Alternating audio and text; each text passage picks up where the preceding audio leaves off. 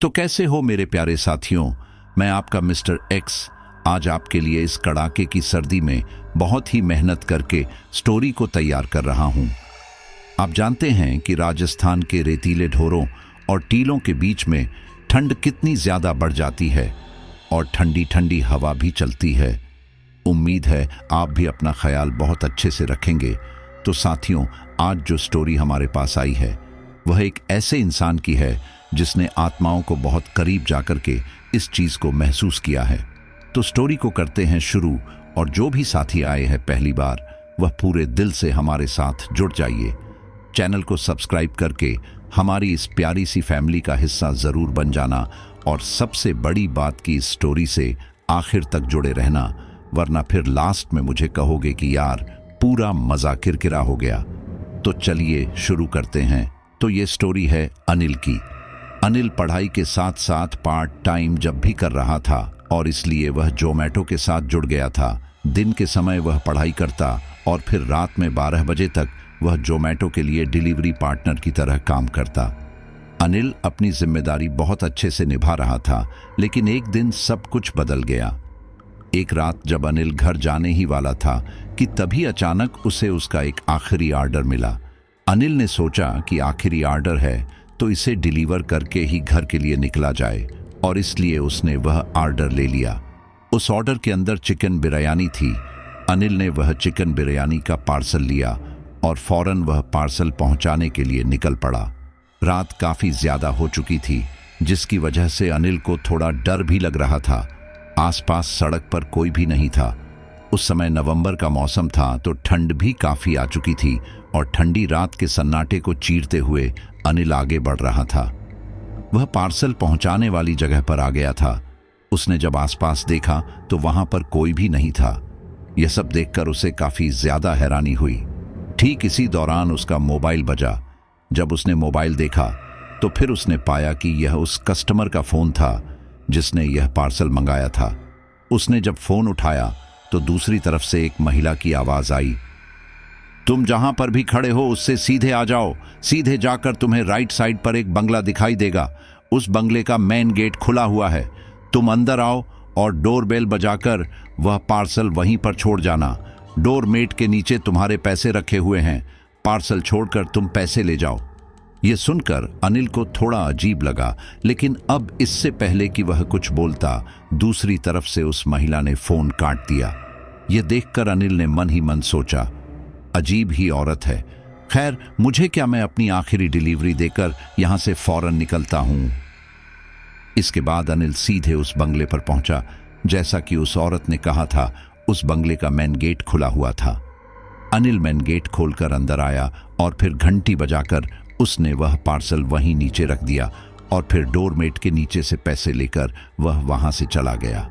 Order deliver करने के बाद अनिल उस बंगले से निकलकर थोड़ा दूर गया ही होगा कि उसके मन में एक जिज्ञासा हुई कि आखिर यह कौन थी और यह बाहर क्यों नहीं आना चाहती थी। वह वापस पलटा और उस बंगले के मेन गेट से अंदर की तरफ झांकने की कोशिश करने लगा। उसने जब वहां जाकर देखा तो पाया कि दरवाजे के सामने जो पार्सल उसने रखा था वह अब वहां पर नहीं था। शायद उस औरत ने वह पार्सल अंदर ले लिया था। अनिल वहां से निकलकर अपने घर चला गया। इन सब की अगली रात दोबारा से जब वह काम खत्म करके घर जाने लगा था तो उसे दोबारा से इस एरिया का एक पार्सल मिला, और अनिल ने दोबारा से इस ऑर्डर को ले लिया। अनिल दोबारा से उस पते पर गया और दोबारा से उसे पहले की तरह फोन आया, और उसने वही सब कहा और कहकर फोन काट दिया। अनिल ने वैसा ही किया, और फिर जैसे ही उसने पार्सल रखा और गेट के बाहर आया तो वह वहां से गया नहीं, बल्कि गेट के बाहर से छिप छिप कर अंदर की तरफ देख रहा था। कुछ देर बाद दरवाजा खुला और अंदर से एक 20-22 साल की सुंदर सी लड़की उस घर से बाहर आई। उसने आसपास देखा और फिर वह पार्सल लेकर अंदर की तरफ चली गई। उस लड़की को देखकर अनिल हैरान रह गया, क्योंकि वह लड़की काफी ज्यादा खूबसूरत थी, लेकिन फिर भी न जाने क्यों वह किसी की भी नजर में नहीं आना चाहती थी। अनिल इन सब के बारे में सोचते हुए अपने घर चला गया, और फिर अगले दिन दोबारा से उसे इसी घर से ऑर्डर मिला। अब आप लोग सोच रहे होंगे कि आखिर ये सारे ऑर्डर अनिल को ही क्यों मिल रहे थे, किसी और को क्यों नहीं। तो मैं आपको बता दूं कि सबसे लेट नाइट तक उस एरिया में अनिल ही काम कर रहा था।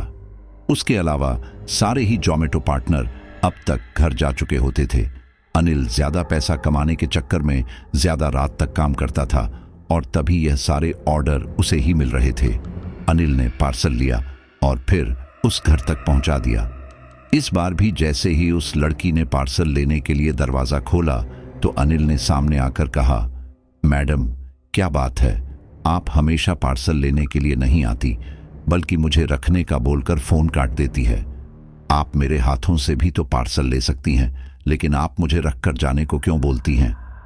यह सुनकर वह लड़की थोड़ी घबरा गई और बोली, देखिए जैसा मैंने आपको कहा था आप वैसा ही कीजिए और अगली बार से आप ऐसा बिल्कुल मत करना, वरना मैं आपकी कंप्लेंट कर दूंगी।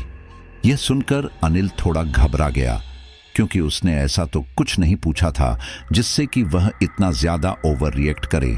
लेकिन अब इससे पहले कि वह कुछ बोलता, अंदर से एक महिला की आवाज आई, आखिर तू किससे बात कर रही है?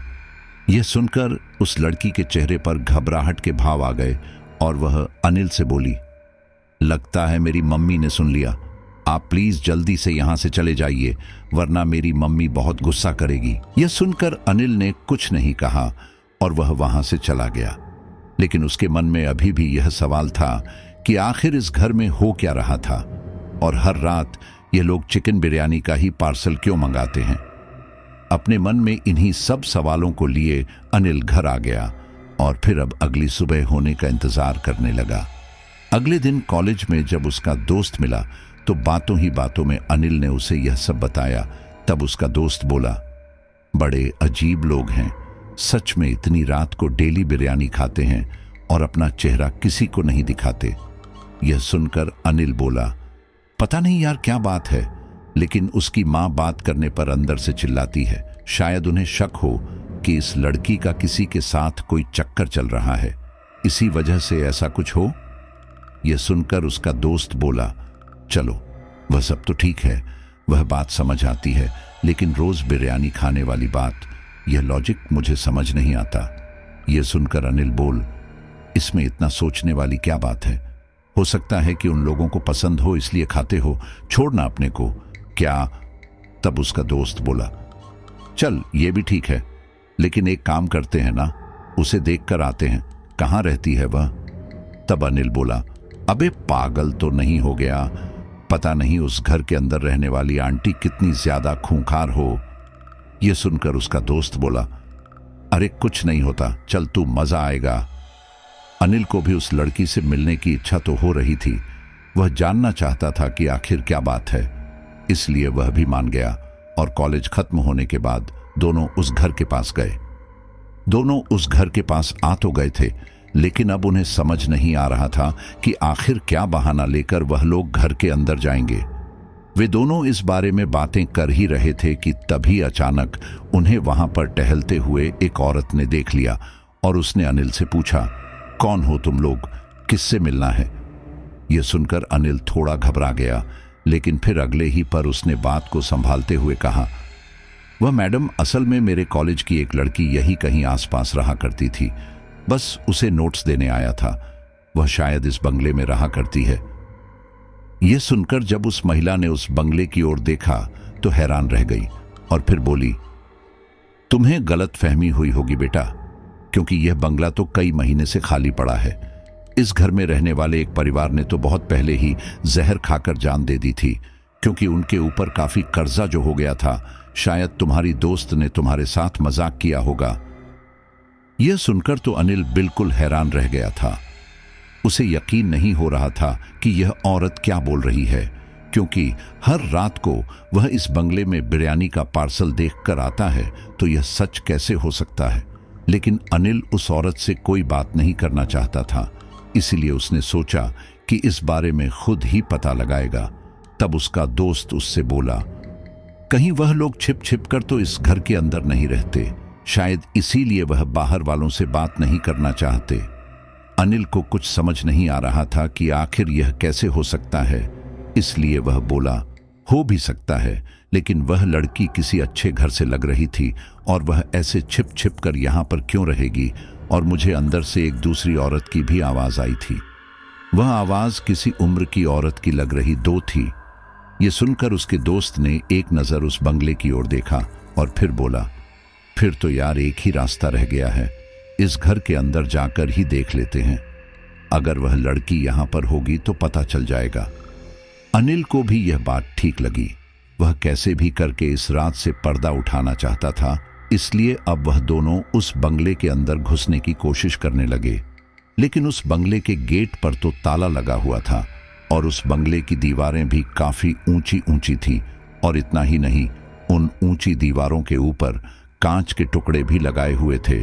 इस वजह से कोई भी उस बंगले के अंदर जा नहीं पा रहा था। अनिल ने एक नजर जब उस ताले की ओर देखा तो उसने पाया कि यह ताला तो काफी ज्यादा पुराना हो चुका है।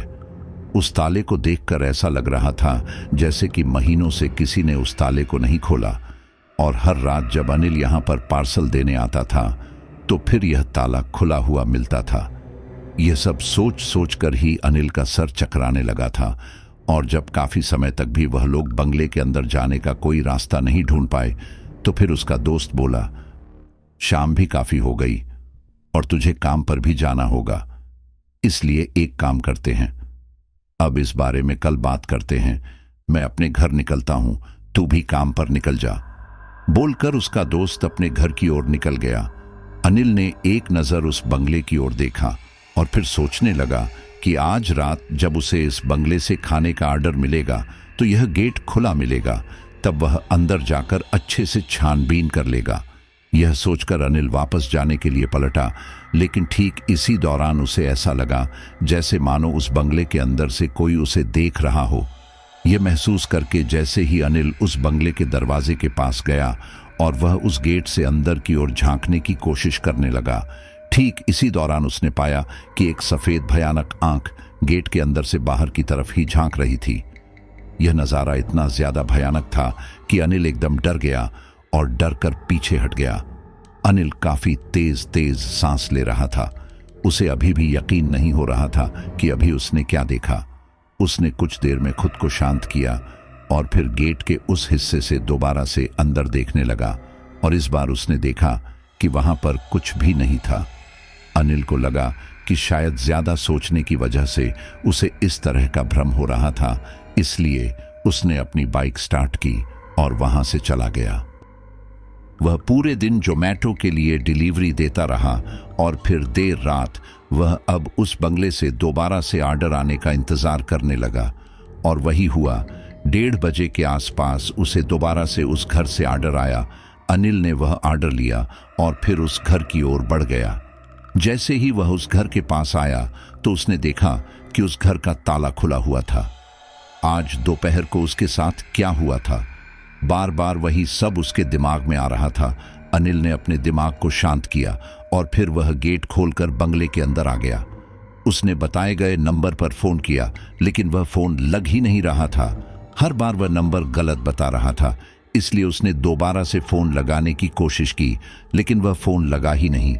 अनिल यह सोचकर परेशान हो गया था और फिर उसके बाद अगले ही पल उसके फोन पर उस नंबर से फोन आया और दूसरी तरफ से आवाज आई, पार्सल दरवाजे के पास रखो और मेट के नीचे से पैसे ले लो। इसके बाद वह फोन कट गया।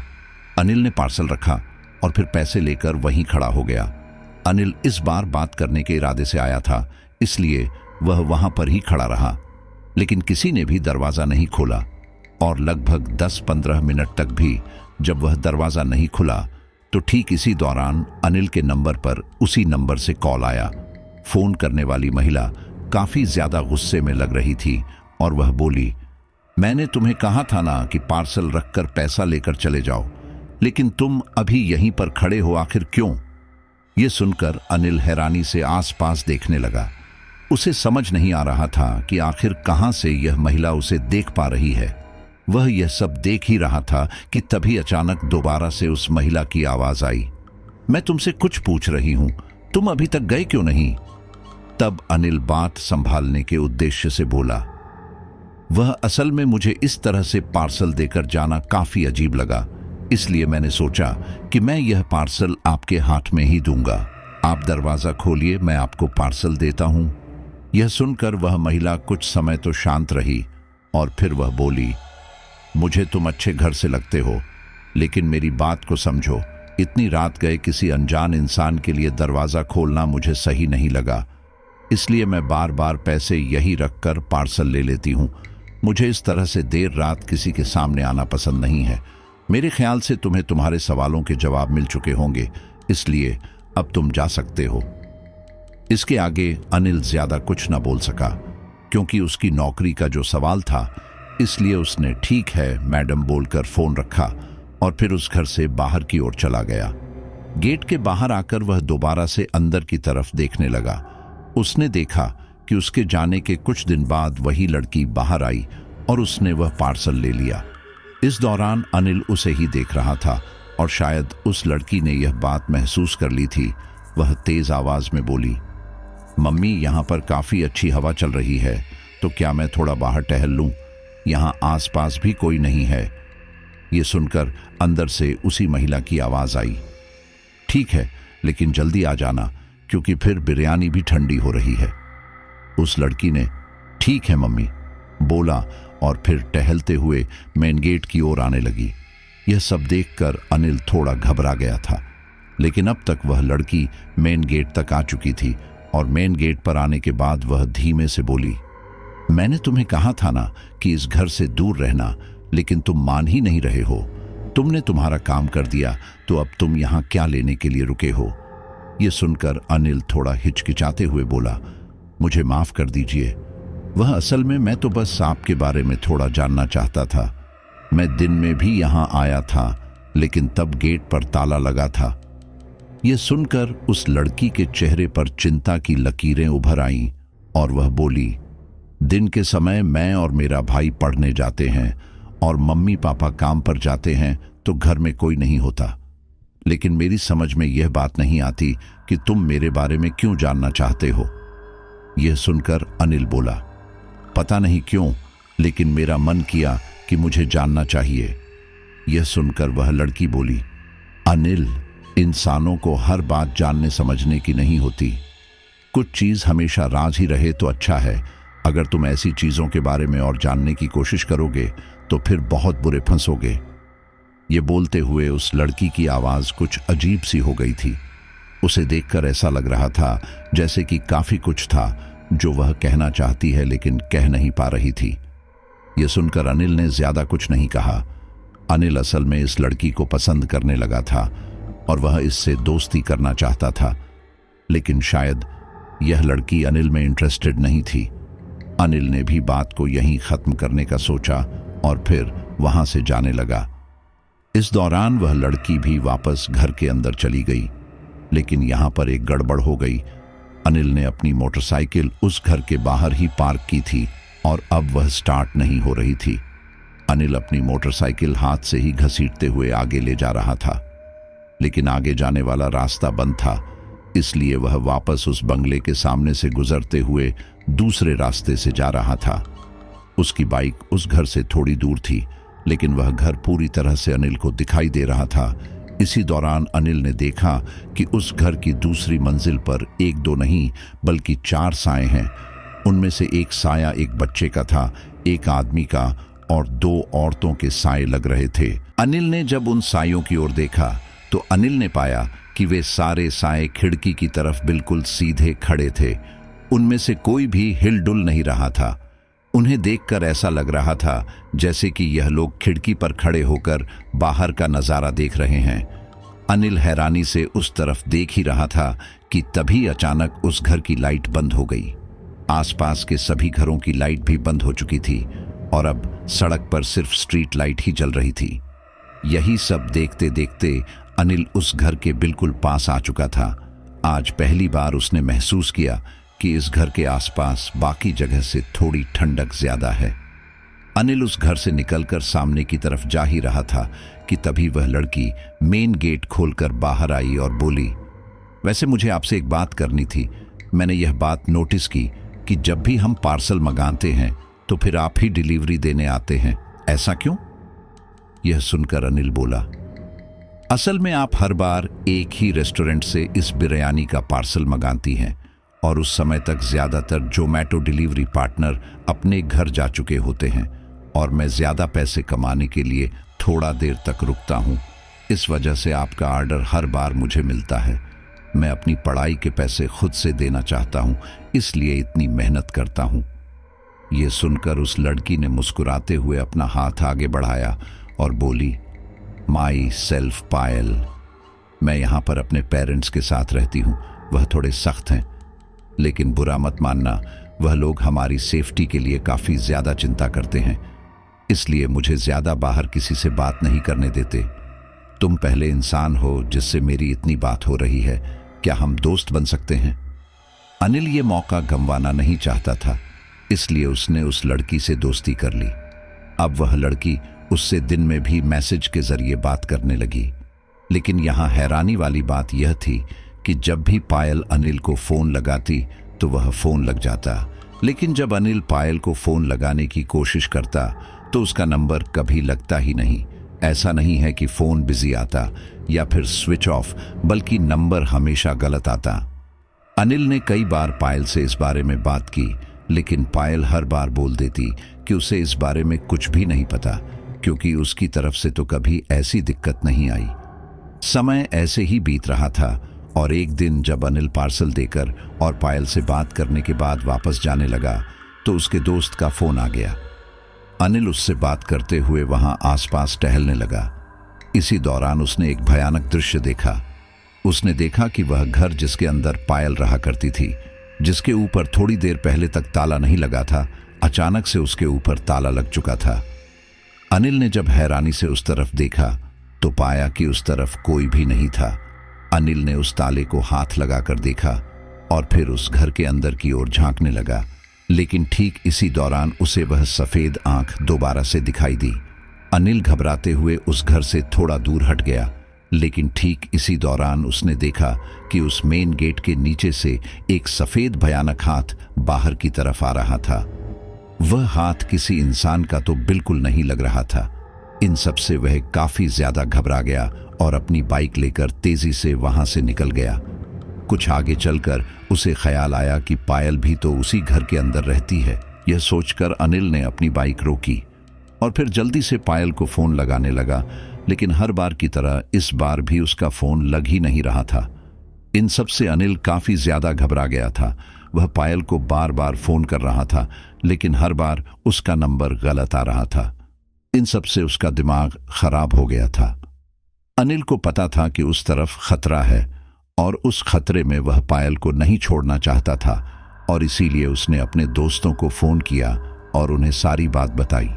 दोस्तों, लड़कों की दोस्ती ऐसी होती है कि आधी रात में भी अगर कोई दोस्त अपने दोस्त को फ़ोन करे तो वह मदद के लिए ज़रूर आता है, और यहाँ पर अनिल के दोस्त भी ऐसे ही थे। वे सारे अपनी अपनी बाइक से जल्दी से अनिल की बताई जगह पर पहुंचे और अनिल के पास आकर उसका एक दोस्त लखन बोला, क्या बात है अनिल भाई, इतनी रात में तू दूसरों के घर में क्यों झांक रहा है? अब झांक लिया तो अब बात क्या है? तब अनिल बोला, देखो दोस्तों, बात जितनी सीधी लग रही है उतनी है नहीं। असल में वहां पर मैंने एक डरावना हाथ देखा और वह इंसान का तो बिल्कुल भी नहीं लग रहा था। उस घर के अंदर मेरी एक दोस्त पायल रहती है, और अगर वह अजीब सा हाथ वहां पर है तो फिर ना जाने वह शैतान कितना भयानक होगा, और अगर उसने पायल या उसके घर वालों को कोई नुकसान पहुंचा दिया तो हमें अभी के अभी वहां पर जाकर पायल और उसके परिवार वालों को सुरक्षित निकालना पड़ेगा। ये सुनकर उसका एक दोस्त बोला, यह काम थोड़ा मुश्किल है भाई, क्योंकि तू जिसकी बात कर रहा है पता नहीं वह क्या चीज़ है। मुझे तो कोई भूत प्रेत का चक्कर लग रहा है, पता नहीं वह हमें जिंदा भी छोड़े या नहीं। ये सुनकर उसका एक दूसरा दोस्त बोला, एक काम करते हैं, हम लोग हनुमान चालीसा पढ़ते हुए उस घर के अंदर जाते हैं, इससे कुछ भी नहीं होगा। सब लोगों को यह बात ठीक लगी और फिर सब लोगों ने अपने फ़ोन पर हनुमान चालीसा लगाया और फिर उस घर के पास जाने लगे। ऐसे ही वो लोग उस घर के पास गए तो उस घर के अंदर से चीखने चिल्लाने की आवाज़ आने लगी। यह सुनकर अनिल घबराते हुए बोला, कहीं उस शैतान ने उन लोगों को कोई नुकसान तो नहीं पहुंचा दिया। यह सुनकर वह सारे लोग काफ़ी ज़्यादा घबरा गए और जल्दी से उस घर का मेन गेट का ताला खोलने की कोशिश करने लगे, लेकिन वह ताला बिल्कुल जंग खा चुका था, जिस वजह से वह खुल ही नहीं रहा था। वहीं दूसरी तरफ घर से वही आवाज अभी भी आ रही थी और इसी दौरान एक औरत की गुस्से में आवाज आई, अभी के अभी तुम लोग यहां से चले जाओ वरना अच्छा नहीं होगा। लेकिन अनिल और उसके साथी तो कुछ सुन ही नहीं रहे थे, लेकिन अब इससे पहले कि वह ताला तोड़ते, वहीं पास में रहने वाला एक आदमी उनके पास आया और बोला, कौन हो तुम लोग? इतनी रात में यहाँ क्या कर रहे हो और यह ताला क्यों तोड़ रहे हो? अब तक आसपास के घरों से लोग निकलकर उस तरफ आ गए थे। यह देखकर अनिल ने उन्हें सारी बात बताई। तब वह आदमी बोला, इस घर के अंदर कोई भी नहीं है और इस घर का मालिक तो बहुत समय से लंदन में रहता है, इस वजह से यहां पर ताला लगा हुआ है। तुम लोगों को जरूर कोई गलत फहमी हुई होगी।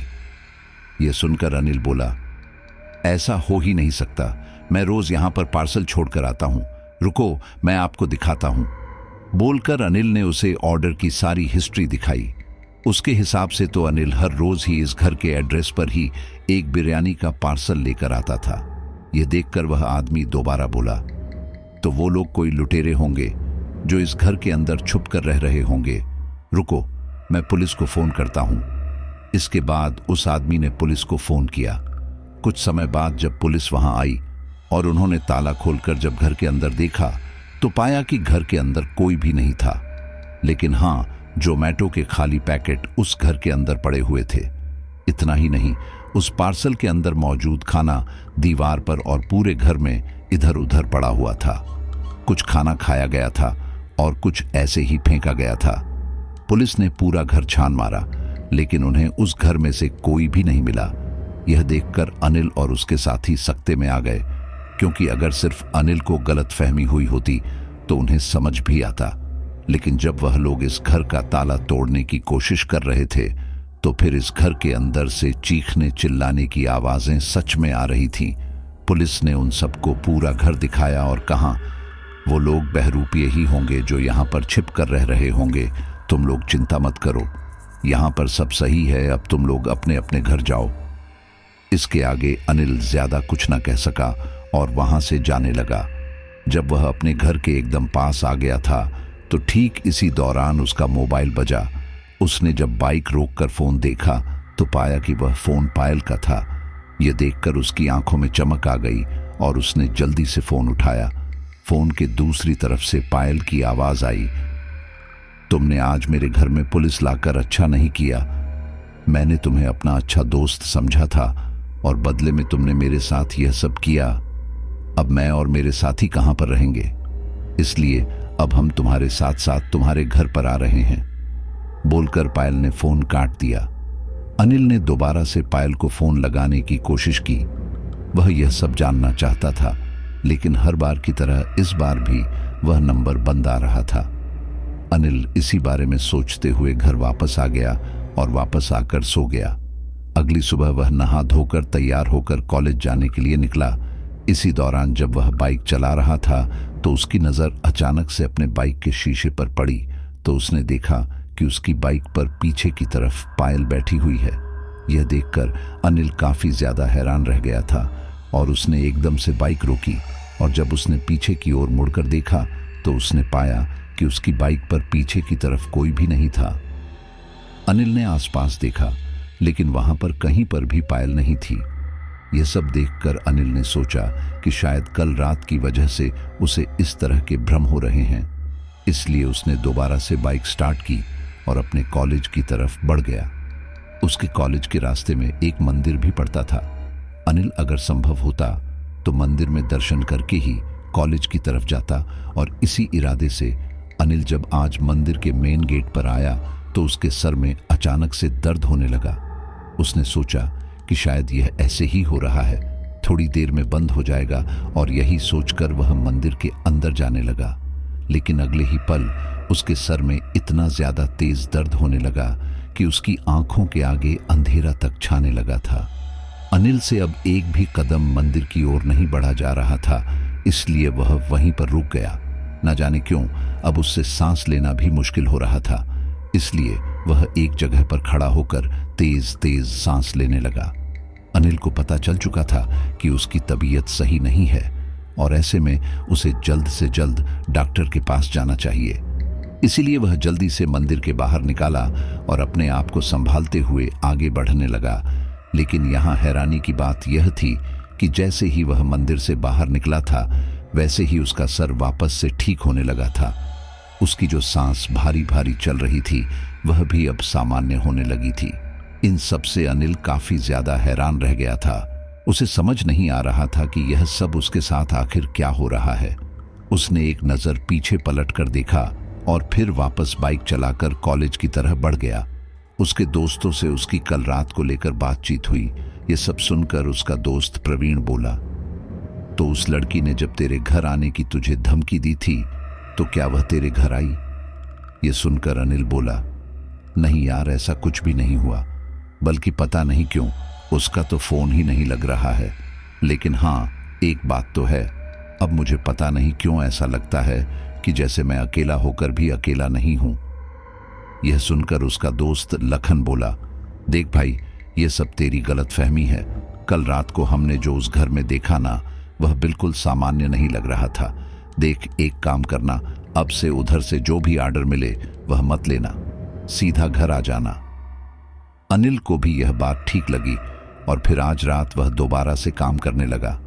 रात में लगभग 12:30 बजे जब अनिल अपने घर जाने की तैयारी कर रहा था, तब उसे इस रेस्टोरेंट से चिकन बिरयानी का ऑर्डर मिला। लेकिन इस बार हैरानी की बात यह थी कि यह ऑर्डर उस घर से नहीं बल्कि अनिल के घर से आया था। यह देखकर अनिल हैरान रह गया था, क्योंकि उसे समझ नहीं आ रहा था कि आखिर उसके घर से चिकन बिरयानी कौन मंगा रहा है, जबकि उसके घर में तो सारे शुद्ध शाकाहारी थे। लेकिन काम तो काम था, इसलिए उसने जल्दी से वह पार्सल लिया और अपने घर की तरफ बढ़ गया। उसके घर में ऊपर की तरफ किराएदार रहते थे, तो उसे लगा कि हो सकता है उनमें से किसी ने मंगाया हो। यही सोचकर जब अनिल वह पार्सल लेकर अपने घर पर आया, तो ठीक इसी दौरान अचानक से एक बिल्ली आई और उसने अनिल के हाथ से वह पार्सल छीन लिया और वहां से तेजी से निकल गई। अनिल ने उस बिल्ली को पकड़ने की काफी कोशिश की, लेकिन वह बिल्ली अंधेरे में न जाने कहां चली गई थी। अनिल को अब समझ नहीं आ रहा था कि आखिर वह कस्टमर को क्या जवाब देगा, और यही सब सोचकर वह अपनी बाइक की तरफ पलटा ही था कि तभी अचानक उसने देखा कि उसकी बाइक के ऊपर उतनी ही रकम रखी हुई थी जितनी कि उस पार्सल की थी। यह सब देखकर अनिल काफी ज्यादा घबरा गया था। अब उसे समझ आ चुका था कि यह जो बिल्ली उसके हाथ से पार्सल लेकर गई, ये जरूर कहीं ना कहीं इन सब से रिलेटेड होगी। अनिल ने वह पैसे उठाए और अपना मोबाइल चेक करते हुए जब घर की ओर जा रहा था, तो उसने देखा कि उसके फोन में पायल के नंबर से एक मैसेज आया हुआ था, हमें पार्सल मिल चुका है, इसके लिए धन्यवाद। यह पढ़कर अनिल काफी ज्यादा घबरा गया था। उसे कल रात को पायल की कही हुई बात याद आई कि पायल उससे कह रही थी कि वह और उसके सारे घर वाले उसके घर पर आ रहे हैं, और आज रात को ये हो गया। अनिल ने पायल को फोन लगाने की दोबारा से कोशिश की, लेकिन हर बार की तरह उसका नंबर गलत ही आ रहा था। अनिल अपने घर के अंदर गया और फिर खाना खाकर अपने बिस्तर पर लेट गया। उसके साथ जो भी हुआ, उसके दिमाग में वही सब घूम रहा था, और यही सोचते सोचते उसकी आंख कब लग गई उसे पता ही नहीं चला। रात में सोने के बाद उसे पायल का सपना आया, जिसमें वह काफी ज्यादा डरावनी लग रही थी और वह उससे बोल रही थी, अब से हम तुम्हारे साथ हैं और अब हम तुम्हारे साथ ही रहेंगे। अगली सुबह जब अनिल उठा तो उसके कंधे में उसे काफी ज्यादा दर्द महसूस हो रहा है। वह किसी तरह से उठकर बाथरूम गया और बाथरूम में ब्रश करने लगा। इसी दौरान जब उसने थूकने के लिए वॉश बेसिन की तरफ अपना मुंह किया, तो उसने देखा कि शीशे के अंदर उसका जो प्रतिबिंब था वह वैसे के वैसे ही था जहां पर अनिल ने ब्रश रख दिया था, लेकिन उसका प्रतिबिंब अभी भी ब्रश कर रहा था। यह देखकर अनिल काफी ज्यादा हैरान रह गया था। वह फटी फटी आंखों से यह सब देख रहा था कि तभी अचानक शीशे में मौजूद उसका प्रतिबिंब उसकी तरफ देखते हुए भयानक ढंग से मुस्कुराते हुए बोला, मैंने कहा था ना कि अब हम एक साथ ही रहेंगे। यह सुनकर अनिल तेजी से बाथरूम से बाहर की तरफ भागा। उसे इस तरह से देखकर उसके पिता ने उसे रोका और उसके इस तरह से भागने का कारण पूछा, तब अनिल ने उन्हें सारी बात बताई। ये सुनकर उनके पिता उसे लेकर बाथरूम में गए और उसे वह शीशा दिखाने के लिए कहा। जब अनिल अपने पिता के साथ बाथरूम में गया तो उसने देखा कि वह शीशा तो बिल्कुल सामान्य था। यह सब देखकर अनिल बिल्कुल हैरान रह गया था। वही उसके पिता बोले, तुम दिन में पढ़ाई करते हो और फिर रात में काम करते रहते हो, ऐसे में तुम्हें इस तरह से भ्रम होंगे ही। देखो बेटा, इतनी मेहनत मत करो, तुम्हें चाहिए तो थोड़े पैसे मैं दे दूंगा, लेकिन तुम थोड़े बहुत तो मजे करो। तुम्हारी उम्र के दोस्तों को देखो, वह लोग ऐसा कुछ भी नहीं करते। यह सुनकर अनिल बोला, वह लोग ऐसा नहीं करते क्योंकि उन्हें उनके पिता की मजबूरी दिखाई नहीं देती। मुझे पता है कि मुझे पढ़ाने लिखाने में आपने कितना ओवर टाइम किया है, और अगर अब मैं थोड़ा बहुत आपके लिए कर पाऊं तो वह मेरी खुशकिस्मती होगी। आप चिंता मत कीजिए, मैं अभी बिल्कुल ठीक हूं और मैं अब से थोड़ा जल्दी ही आया करूंगा। 12 बजे के बाद मैं कोई ऑर्डर नहीं लूंगा। इसके पिता इसके लिए मान गए। वहीं अनिल भी कॉलेज के लिए तैयार होने लगा। अनिल जब कॉलेज के लिए जा रहा था, ठीक इसी दौरान रास्ते में वही मंदिर पड़ा। उसे देखकर अनिल रुक गया। उसके मन में कल की तरह ख्याल आने लगे। उसने उस मंदिर में दर्शन करने का सोचा और बाइक खड़ी करके जब मंदिर की ओर घुसने लगा तो फिर दोबारा से उसके साथ वही हुआ। उसकी तबीयत खराब होने लगी। अब उसे समझ आ चुका था कि पायल कोई भूतनी थी और वह अब उसके साथ है। इसी वजह से वह पवित्र चीजों के पास नहीं जा पा रहा। अनिल अपनी पूरी हिम्मत और ताकत लगाकर मंदिर के अंदर जाने की कोशिश कर रहा था, लेकिन हर एक सेकंड के साथ उसकी तबीयत पहले से ज्यादा खराब होने लगी थी और एक समय ऐसा आया कि वह मंदिर की सीढ़ियों पर ही बेहोश हो गया। अनिल के पास जो फोन था उससे उसके पिता को फोन किया गया। वे जब उसे डॉक्टर के पास लेकर आए तो डॉक्टर ने उसे बिल्कुल ठीक बताया और थोड़ी देर आराम करने की सलाह दी। अपने बेटे को इस तरह से देखकर अनिल के पिता बोले, देखो बेटा, मुझे पता है कि हमें पैसों की जरूरत है, लेकिन हमें इतनी भी जरूरत नहीं है कि हम तुम्हें इतना परेशान देखें। तुम्हें आज के बाद काम करने की कोई जरूरत नहीं है। जो भी होगा वह मैं देख लूंगा।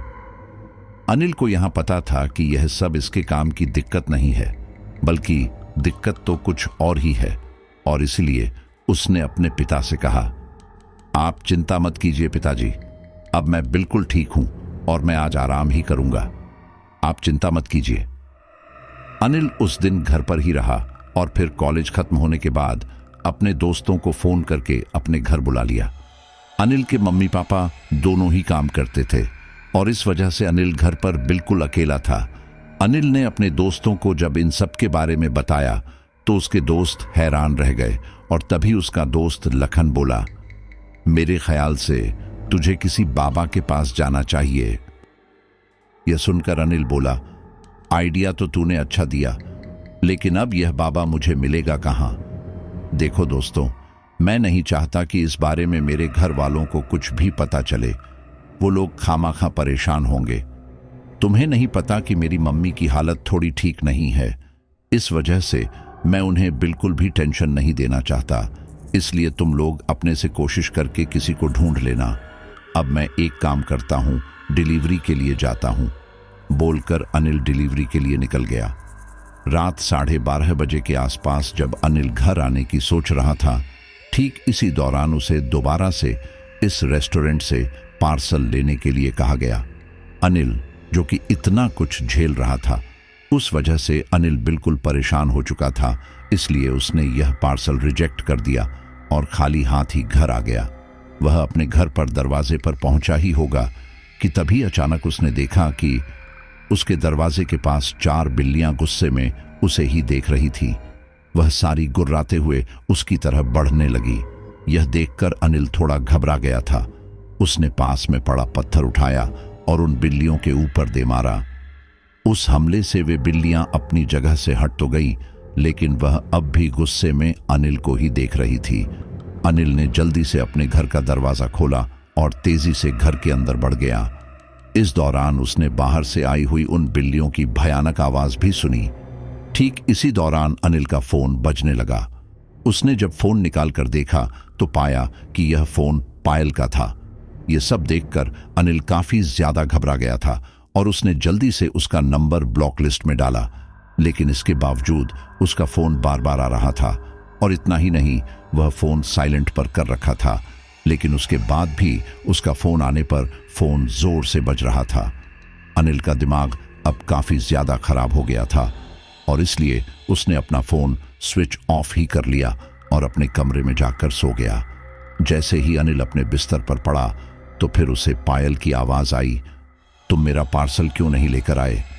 वह आवाज सुनकर अनिल अचानक से उठकर बैठा।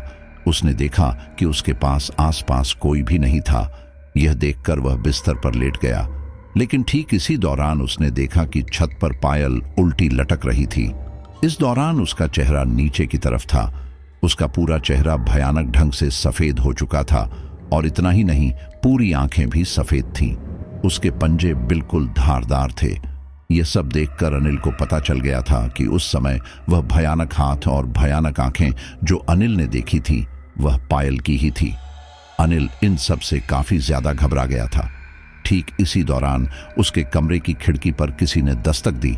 अनिल ने जब उस तरफ देखा तो बाहर से 3 परछाइयां खिड़की की तरफ ही थी और वो लगातार खिड़की पीट रही थी।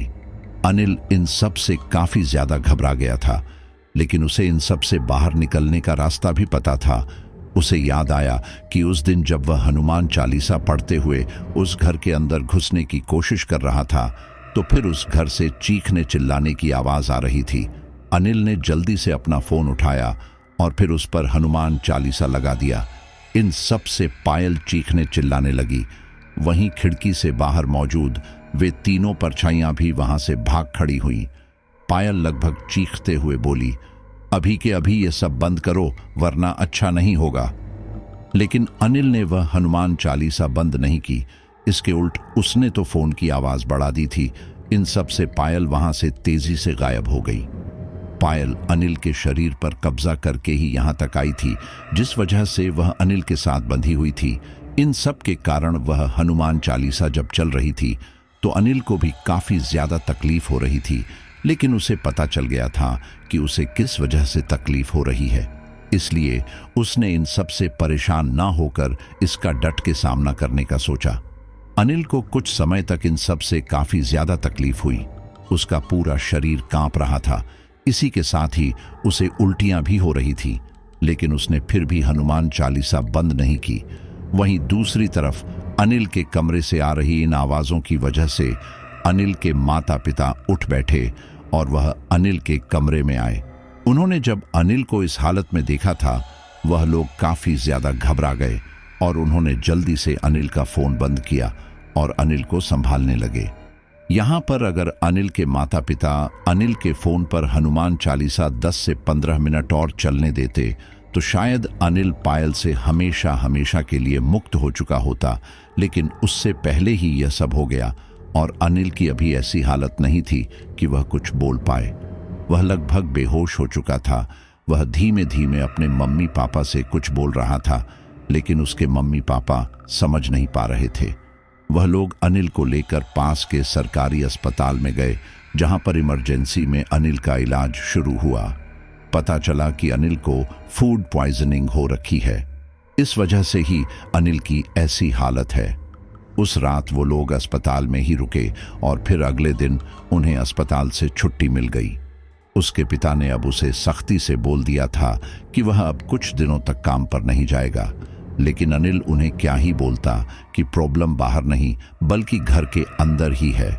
अनिल अपने माता पिता को परेशान नहीं करना चाहता था, इसलिए उसने उनसे कुछ भी नहीं कहा और बोल दिया कि हाँ ठीक है, वह आज काम पर नहीं जाएगा। इसके बाद अनिल अपने कमरे में आराम करने लगा। वहीं उसके माता पिता अपने अपने कामों में लग गए। जैसे ही उसके घर वाले उसके कमरे से बाहर गए, तब अनिल ने अपने दोस्त सुखविंदर को फोन किया और उसे सारी बात बताई। तब उसका दोस्त सुखविंदर बोला, मुझे नहीं लगता कि तुझे अब अपने घर वालों से कुछ छुपाना चाहिए। तू अभी के अभी उन्हें सब बता दे तो वह कुछ कर भी देंगे। किसी बाबा को ढूंढना हमारे बस की बात नहीं है। ये सुनकर अनिल बोला, ऐसा क्यों बोल रहे हो? तुम्हें पता तो है ना कि मेरी माँ की हालत क्या है, और ऐसे में मैं उन्हें परेशान नहीं करना चाहता। तू भाई प्लीज मेरी बात को समझ और मेरी मदद कर। इसके आगे सुखविंदर इसके लिए मना न कर सका और उसने अपनी माँ को फोन किया और बातों ही बातों में उसने कहा, मेरे कॉलेज में एक लड़की पढ़ती है रिया, वह काफी ज्यादा बीमार है और उसके ऊपर किसी भी तरह की कोई दवाई का असर नहीं हो रहा है। शायद उसके ऊपर कोई ऊपरी चक्कर है। तो माँ, क्या आप किसी ऐसे तांत्रिक या ओझा को जानती हो जो यह सब ठीक कर सके? तब उसकी माँ ने एक जान पहचान के तांत्रिक के बारे में सुखविंदर को बता दिया और सुखविंदर ने अनिल को बता दिया। उसी दिन अनिल अपने दोस्त के घर जाने का बोलकर घर से निकला और उस बाबा से जाकर मिला। उसने उन्हें सारी बात बताई और फिर वह बाबा बोला, तुझे उस दिन उन आत्माओं के फटे में टांग नहीं अड़ानी चाहिए थी। अब देख उसने तेरा क्या हाल कर दिया। यह सुनकर अनिल बोला, मैं जानता हूं बाबा जी कि मैंने सही नहीं किया, लेकिन वह लोग आखिर थे कौन और उनकी आत्मा ऐसे भटक क्यों रही है? क्यों हर रात में बिरयानी ही मंगाते हैं? यह सुनकर वह तांत्रिक बोला, इन सब के बारे में मुझे कुछ नहीं पता। अगर तू कहे तो मैं इसका उतारा कर सकता हूं, लेकिन हाँ, कह नहीं सकते कि वह लोग तुझे दोबारा से परेशान करने लगे या फिर कहीं किसी और को परेशान करने लगे, क्योंकि उतारे का तोड़ भी कुछ समय तक ही रहता है।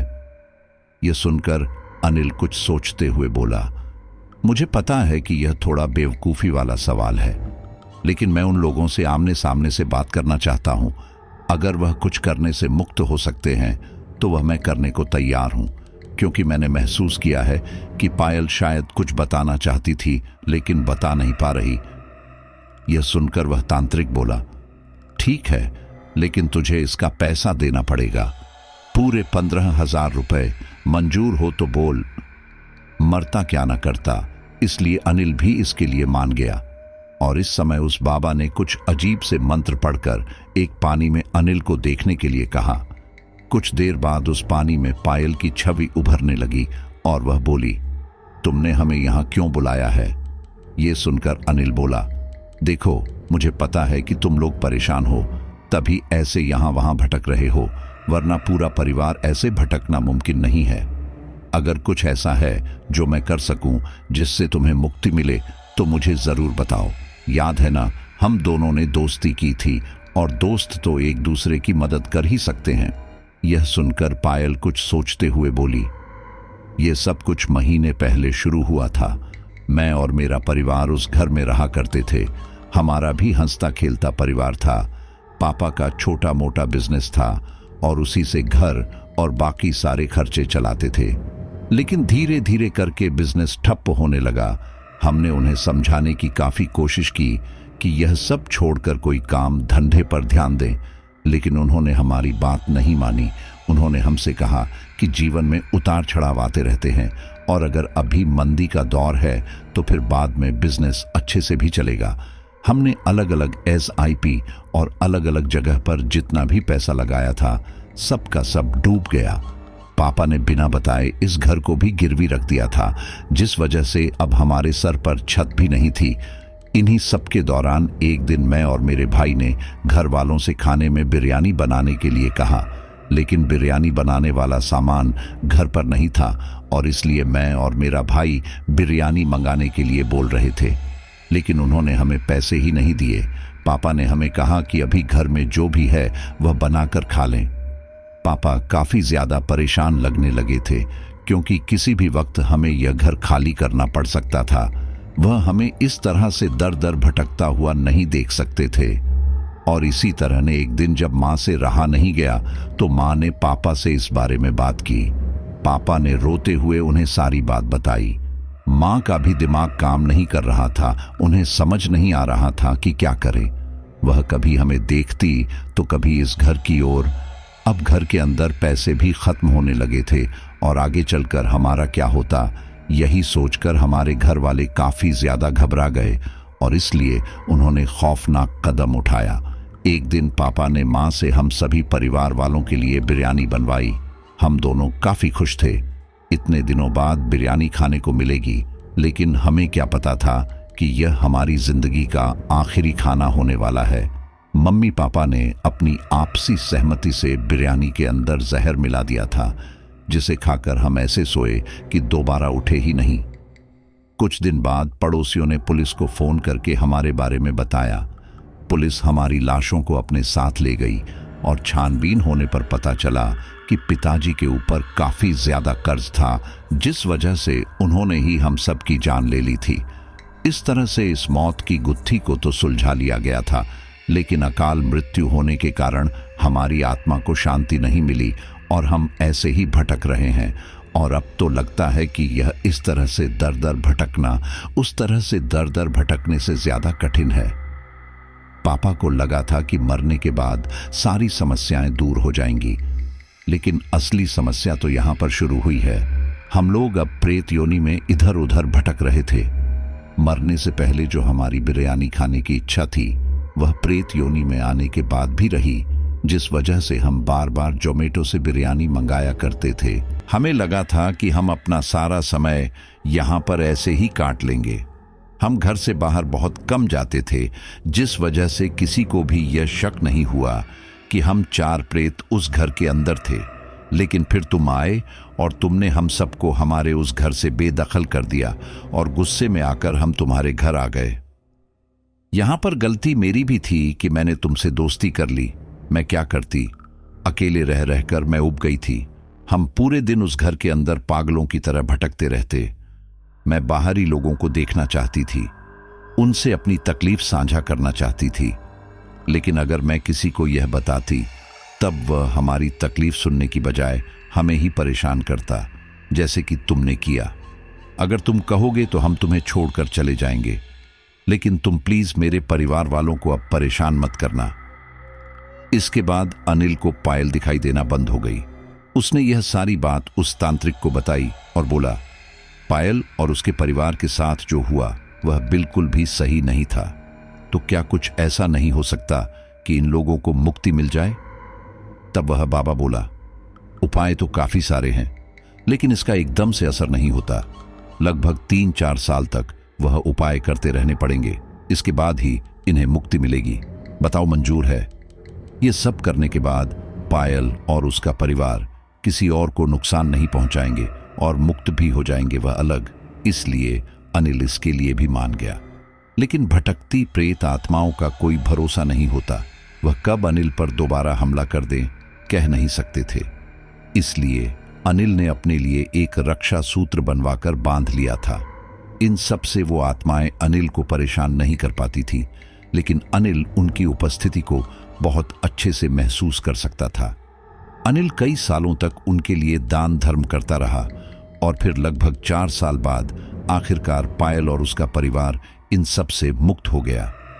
अनिल का पायल के साथ कोई रिश्ता भी नहीं था, लेकिन अनिल यह महसूस कर सकता था कि उसके पिता ने जो भी किया, अपने बच्चों को कष्ट न झेलने देने के लिए किया।